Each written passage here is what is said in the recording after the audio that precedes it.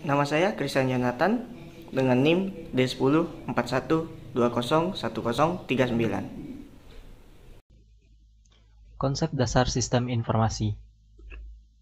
Definisi sistem. Gordon B. Davis tahun 1984 mengungkapkan bahwa sebuah sistem terdiri dari bagian-bagian saling berkaitan yang beroperasi bersama untuk mencapai beberapa sasaran atau maksud. Yang kedua, ada Raymond M. Cleod tahun 2001 mengungkapkan sistem adalah himpunan dari unsur-unsur yang paling berkaitan sehingga membentuk suatu kesatuan yang utuh dan terpadu. Konsep sistem. Adapun model sistem sederhana, yaitu terdiri dari input, proses, ke output. Contoh, data mahasiswa, nama, nilai, diproses menjadi daftar nilai semester, berupa laporan. Sistem dengan banyak input dan output. Input pertama, input kedua menjadi proses untuk menjadi output 1 dan output 2. Begitupun input N yang ke output N-nya. Contoh, matriks, masukannya banyak, keluarnya pun banyak. Karakteristik sistem. A. Organisasi, interaksi, interdependensi, integrasi, main objection. Yang pertama, organisasi, mencakup struktur dan fungsi organisasi. Contoh, struktur. Dirut, MRKT, PROD, ADM. Subsistem, bak subsistem.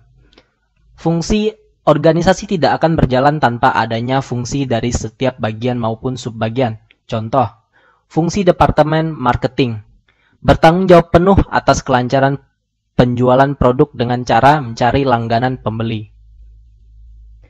Interaksi, interdependensi. Interaksi mengungkapkan artinya yang itu saling berhubungan antara bagian yang satu dengan lainnya. Contoh, SA dengan bagian P dengan bagian DE dan sebaliknya. SA, sistem analisis, P atau programmer, DE atau data entry. Yang kedua, interdependensi. Bagian yang satu mempunyai ketergantungan dengan bagian yang lainnya. Contoh, bagian marketing saling bergantung dengan bagian produksi dan bagian keuangan dan administrasi dan dalam hal penagihan pada customer. Integrasi atau tujuan pokok.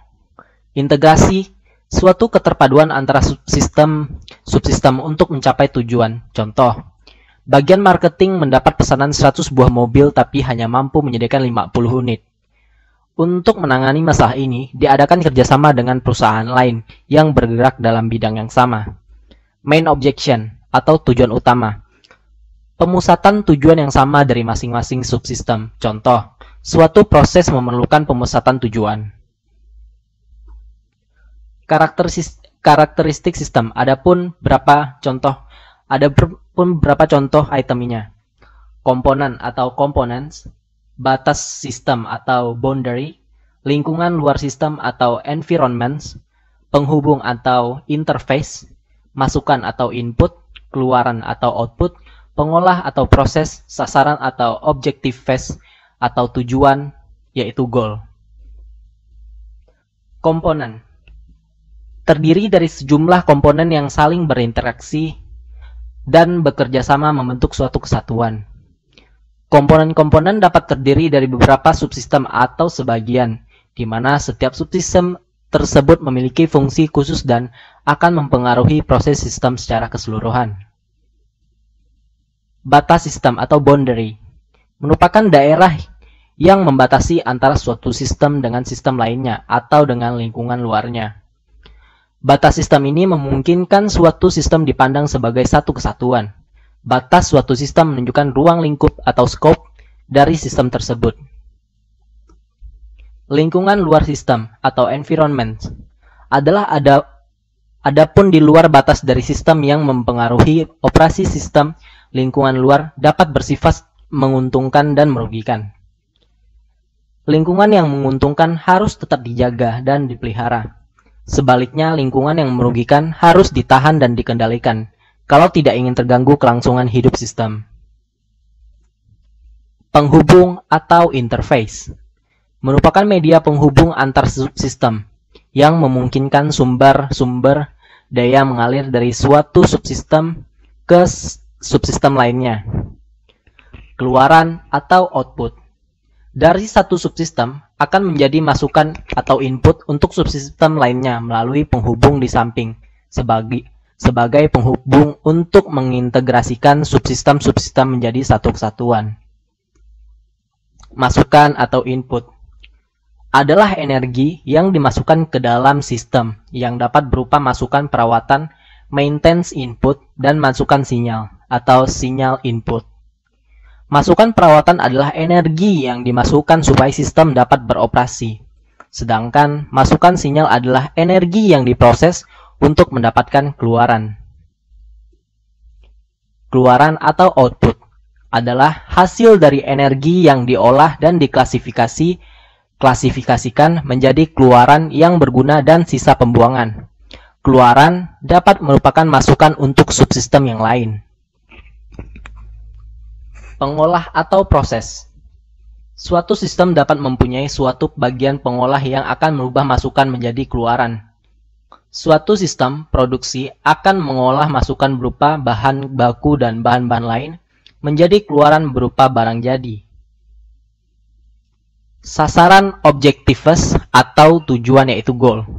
Suatu sistem pasti mempunyai tujuan goal atau sasaran objektif. Kalau suatu sistem tidak mempunyai sasaran, maka operasi sistem tidak akan ada gunanya.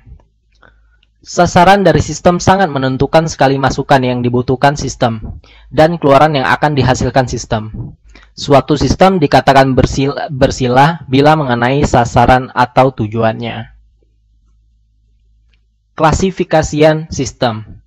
Kriteria, lingkungan, sistem terbuka, sistem tertutup. Kriteria asal pembuatnya, klasifikasi, sistem buatan, dan sistem alamiah. Kriteria kesulitan, klasifikasi, sistem kompleks, dan sistem sederhana.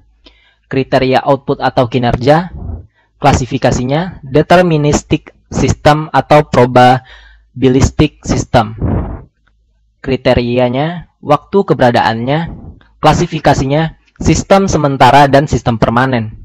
Kriteria, wujudnya, klasifikasi, sistem abstrak, dan sistem fisik. Pengklasifikasian sistem. Sistem terbuka dan sistem tertutup. Sistem terbuka bila aktivitas di dalam sistem tersebut dipengaruhi oleh lingkungannya. Sistem tertutup bila aktivitas di dalam sistem tersebut tidak terpengaruh oleh perubahan yang terjadi di dalam lingkungannya. Sistem buatan dan sistem alamiah. Adapun sistem buatan adalah sistem yang dibuat oleh manusia. Sistem alamiah adalah sistem yang dibentuk dari kejadian dalam alam. Sistem sederhana dan sistem kompleks. Sistem sederhana adalah sistem yang memiliki sedikit tingkatan dan subsistem. Sistem kompleks adalah sistem yang memiliki banyak tingkatan dan subsistem. Kinerja dapat dipastikan atau deterministik dan probabilistik. Sebuah sistem yang dapat dipastikan kinerjanya. Organisasi perusahaan misalnya merupakan sistem yang tidak dapat dipastikan kinerjanya. Selanjutnya, sistem sementara dan sistem permanen. Sistem pemilu digunakan untuk periode waktu tertentu. Sistem lalu lintas tetap digunakan untuk waktu yang lama. Selanjutnya, sistem abstrak dan ada secara fisik. Sistem fisik adalah kumpulan elemen-elemen atau unsur-unsur yang saling berinteraksi satu sama lain secara fisik serta dapat diidentifikasikan secara nyata tujuan-tujuannya. Sistem abstrak adalah sistem yang dibentuk akibat terselenggaranya ketergantungan ide dan tidak dapat diidentifikasikan secara nyata, tetapi dapat diuraikan elemen-elemennya. Terima kasih.